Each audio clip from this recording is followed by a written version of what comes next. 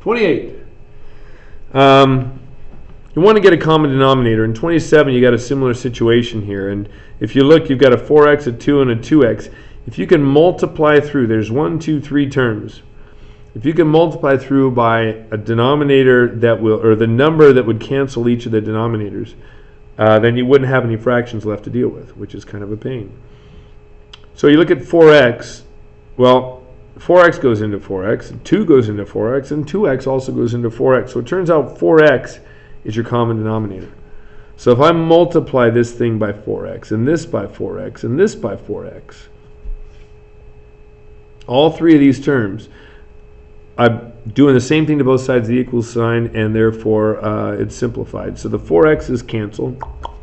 You're left with a 3x minus 10 equals, now 2 goes into 4x, and the 4 reduces, so I end up with a 2x there, times 1, so that's just a 2x.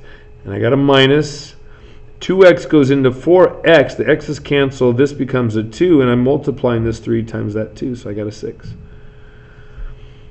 So I have an equation that's very much simpler to solve at this point. If I subtract the 2x from both sides, I end up with an x. If I add 10 to both sides to counter that, I end up with a 4, and that's actually my solution. X equals 4.